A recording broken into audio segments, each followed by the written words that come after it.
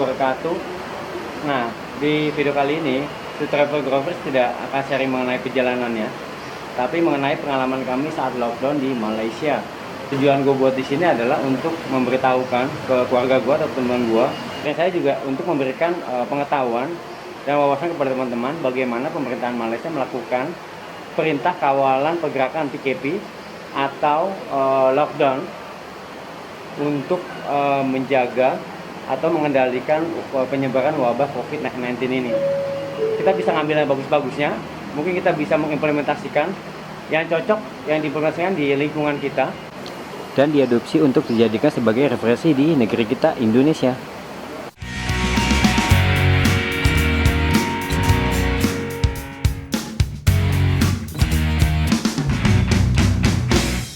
Untuk sobat pejalan yang sedang menonton video ini, dukung channel kami dengan klik tombol subscribe, klik lonceng untuk mendapatkan notifikasi video baru, klik like, comment, and di-share ke teman-teman atau keluarga ya.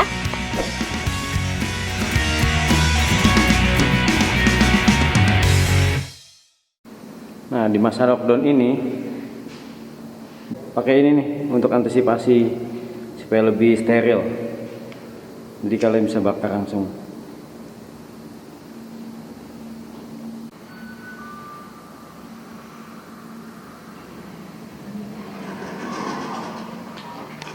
Nah, di lift pun udah mulai dibuat ya peraturan untuk sosial atau physical distancing, jaga jarak aman gitu.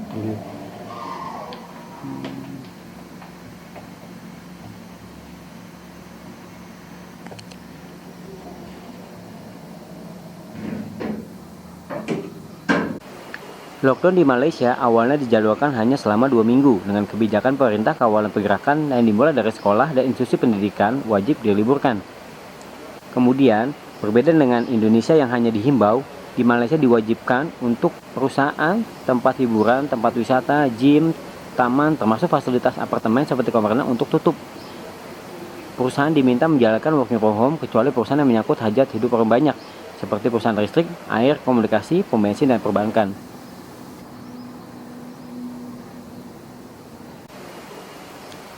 Semua toko wajib tutup, kecuali supermarket, minimarket, farmasi, dan warung-warung yang menjual kebutuhan makanan pokok. Restoran dan warung-warung makan masih diperbolehkan buka, namun hanya untuk takeaway dan delivery saja. Tidak boleh makan di tempat. Delivery bisa dilakukan secara online seperti GrabFood maupun Foodpanda. Untuk menghindari orang ramai berkumpul, usaha pedagang makan kaki lima dan food truck diwajibkan untuk tutup sementara. Lantas, bagaimana dengan masyarakat yang pekerjaannya terdampak oleh akibat lockdown ini? Pemerintah setempat membuat program bantuan prihatin nasional yang akan memberikan bantuan uang untuk membeli kebutuhan pokok yang jumlah nominalnya disesuaikan dengan kriteria ini. Berawal dari salah satu kejadian epicentrum penyebaran wabah COVID-19, semua aktivitas yang menjadi tempat berkumpul orang banyak dilarang, mulai dari acara pernikahan, pameran, hingga acara keagamaan, termaksud kebaktian dan sholat berjamaah di masjid. Tidak ada sholat Jumat maupun sholat 5 waktu di masjid. Kebijakan untuk transportasi online seperti Grab masih diperbolehkan, namun dibatasi jam operasinya hanya sampai jam 10 malam saja. Itu pun jumlah penumpangnya dibatasi, tidak boleh lebih dari 2 orang per mobil. Jika di Indonesia hanya himbauan untuk tidak melakukan perjalanan ke daerah, salah satunya jangan mudik, di Malaysia dilakukan langkah lebih konkret, yaitu pemerintahnya membuat peraturan di mana orang yang melanggar akan dihukum. Kepolisian setempat melakukan razia dan penutupan di banyak jalan, khususnya akses tol dalam kota dan keluar kota. Nah, di mana-mana terlihat ada roadblock atau razia polisi untuk mengontrol pergerakan manusia ya. Sebagai informasi, ini adalah minggu ketiga setelah lockdown di Malaysia, dan gue sangat terpaksa untuk keluar rumah untuk berbelanja di supermarket karena barang-barang udah habis. Jadi karena perintah lockdown diperpanjang, tadinya hanya 2 minggu menjadi 1 bulan, dengan terpaksa gue harus keluar untuk berbelanja. Toko supermarket pun dibatasi, satu keluarga hanya boleh 1 orang. Tidak boleh remeh-remeh membawa anggota keluarga, khususnya anak kecil dan kaum manula yang lebih rentan tertular virus COVID-19 ini. Yuk kita lihat yuk.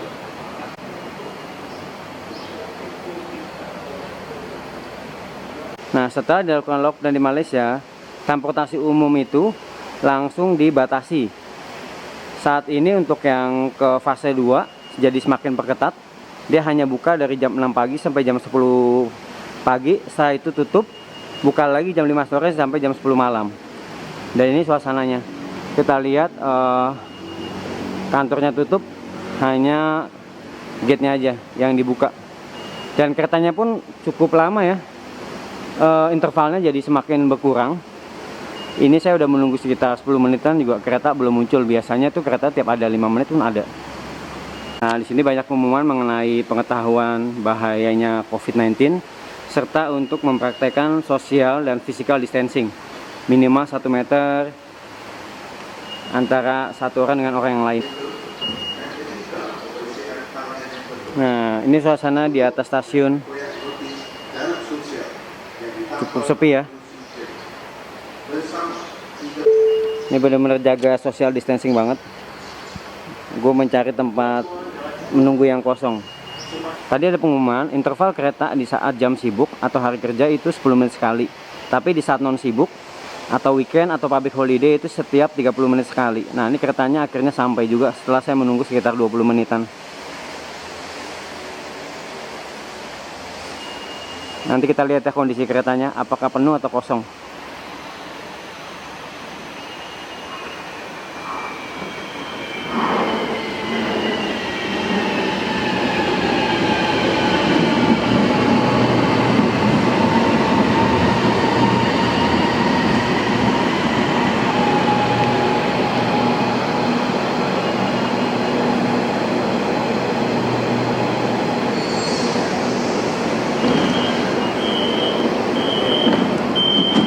Kita jaga social distancing. Nah, kita lihat kursi-kursinya pun dikasih stiker supaya jaga jarak. Kita berdiri aja di sini supaya aman, menjaga jarak aman untuk mempraktekkan social distancing. Di masa lockdown, orang masih diperbolehkan keluar, tapi hanya untuk kebutuhan darurat saja, seperti ke rumah sakit atau berbelanja kebutuhan pokok. Dan untuk pergerakan yang diperbolehkan itu adalah sekitar 5 kilo atau maksimal 10 kilo dari rumah. Idealnya sih 5 kilo untuk membeli kebutuhan pokok saja. Kayak saya ini hanya naik satu kereta, satu stasiun untuk menuju ke supermarket terdekat dari rumah saya.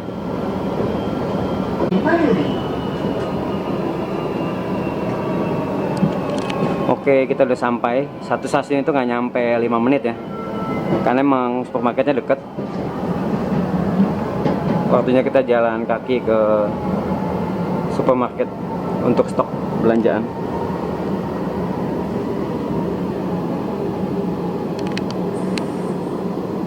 Nah, ini gue berhenti di stasiun LRT, di mana ke koneksi ke MRT. Gue sih nggak akan naik MRT karena kebetulan supermarket nempel di stasiun MRT. Kita bisa lihat sih nanti kondisinya, stasiun MRT-nya seperti apa. Gue yakin ini sama kosongnya seperti ini.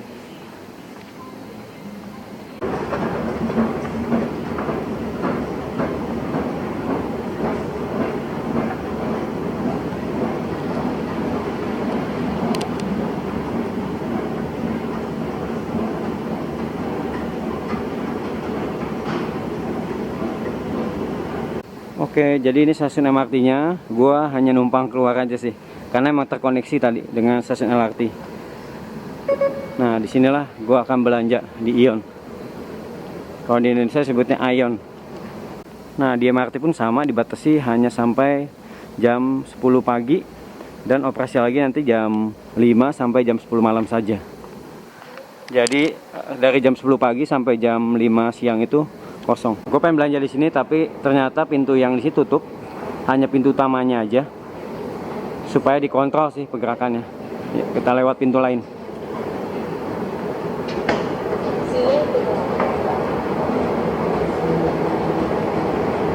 Jaga jarak aman, physical distancing. Nah, ini mungkin bisa jadi referensi di Indonesia ya. Di Aeon di sini tuh bikin namanya drive-thru. Jadi kita bisa beli melalui pesanan, kemudian kita bisa pick up di sana.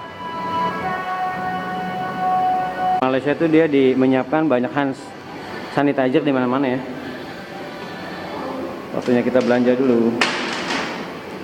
Nah, tadi sebelum masuk dicek dulu di pintu masuk. Itulah kenapa dibikin satu pintu, karena satpamnya dia akan menyemprotkan kita hand sanitizer. Dan di sini ada petugas yang buat ngecek suhu. Dan dia juga ada pesona shoppernya juga loh, lihat. Jadi karena di sini dibatasi, untuk bapak-bapak yang nggak ngerti belanja bisa ditemani.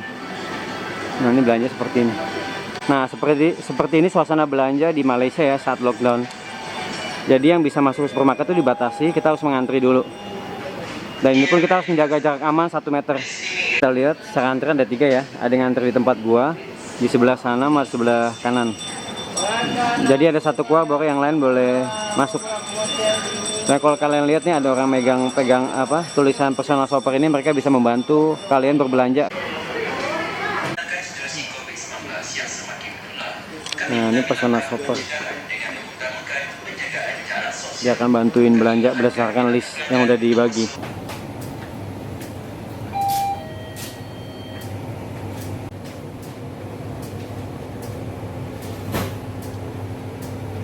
Nah ini selesai belanja 2 bungkus IKEA.